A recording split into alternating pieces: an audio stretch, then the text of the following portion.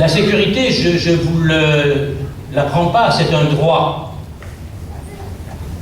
Et la commune en est le garant.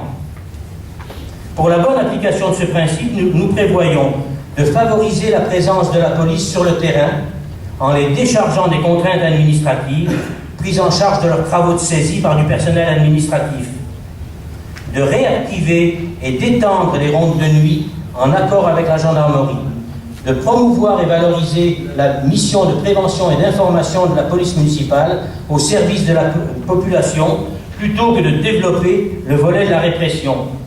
Et dans ce sens-là, de calmer la course aux contraventions de stationnement.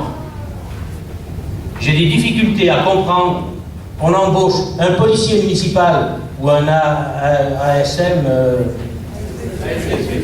ASVP, merci, moi les sigles, je ne suis pas fort. Un ASVP, rien que pour verbaliser les gens.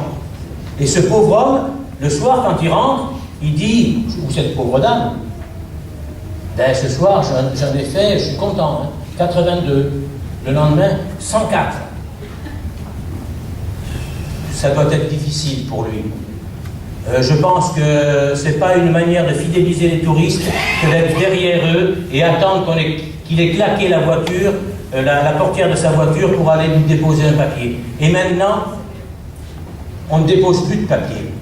Maintenant, vous recevez votre prune 3 jours après, sans même savoir que vous l'avez mérité.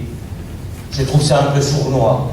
Il faudra certainement qu'on revoie quelque chose parce que je trouve ça sournois. Quand quelqu'un est en infraction, on le verbalise, c'est normal, mais on lui dit. On lui dit. On ne fait pas ça en catimini, et 3 jours après, il ne savait même plus où il était, il reçoit une contravention. Bon, ça ne fait pas plaisir. D'autant que Philippe Siegel, qui a été aux affaires, me reprendra peut-être, mais le produit de ces contraventions ne va pas directement dans la caisse de la commune, mais une grande partie est reversée au département et tout ça. Donc on ne peut même pas dire que ça améliore les finances communales. Par contre, l'ambiance, ça la tue.